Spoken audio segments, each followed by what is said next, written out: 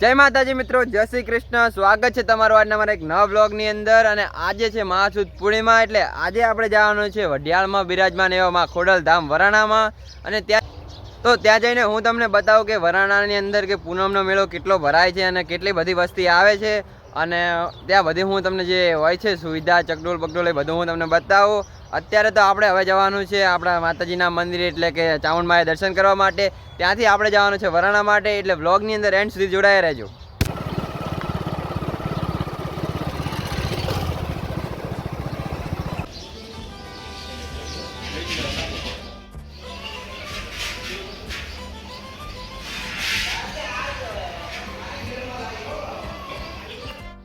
જોગાજી વિહાજી ઉણેચા એમને આજના જમણવારના દાતા પોતે છે। જે જી ગરમ કરી રહ્યા છે અને મંદિરના શણગારના દાતા અમારે દિલીપભાઈ છે, જે હાલ ધૂપ પાડી રહ્યા છે। અને મનસુ કાકા બેઠા છે અને અમારે ચેલાવ્યા પણ આવી ગયા છે આજના જમણવારમાં પ્રસાદી લેવા માટે। પણ બીજા વડીલો પણ થોડે આવી રહ્યા છે। હમણાં અમારે ઈશ્વરભાઈ પણ પાણીની વ્યવસ્થા કરી રહ્યા છે જમણવારમાં, જે વાસણ ધોવા માટે ઉપયોગ આવે એ માટે। ટીનાભાઈ પણ આવી ગયા છે, પ્રસાદી પણ બની રહી છે આ બાજુ। અને અમારા વાલાભાઈ અને બાઉકાકા અને અમારે બા હલોબા પણ અહીંયા આ બનાવી રહ્યા છે પ્રસાદ, આપ જોઈ શકો છો। અમારા આજની પૂનમના દાતા છે જોગાજી વિહાજી, અમારા કાકા થાય।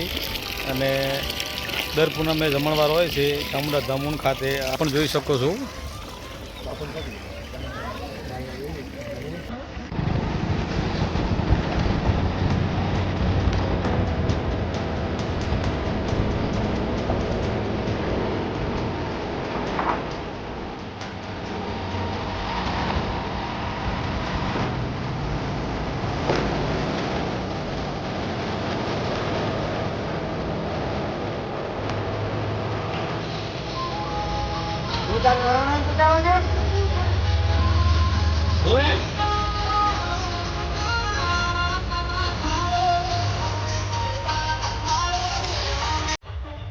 તમામ પદયાત્રીઓ ચાલતા હવે પહોંચવાયા છે વરણા, કિલોમીટર અંદાજે હશે। અને તમામ બધા ભેગા થઈ ગયા છે હવે, અને અમારી ગાડી પણ આવી રહી છે।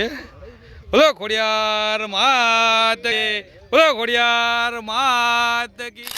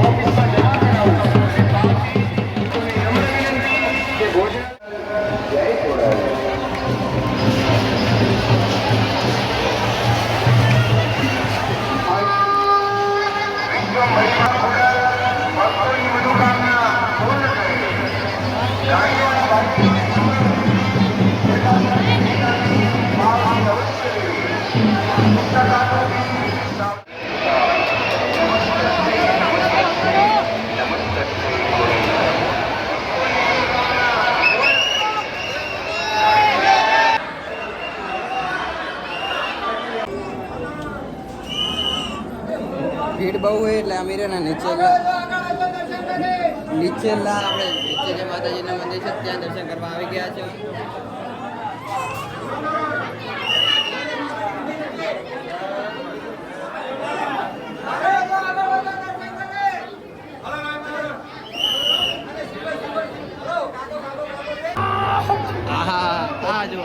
આને તો મોજ મસ્તી જ છે હવે ફટાફટ જો।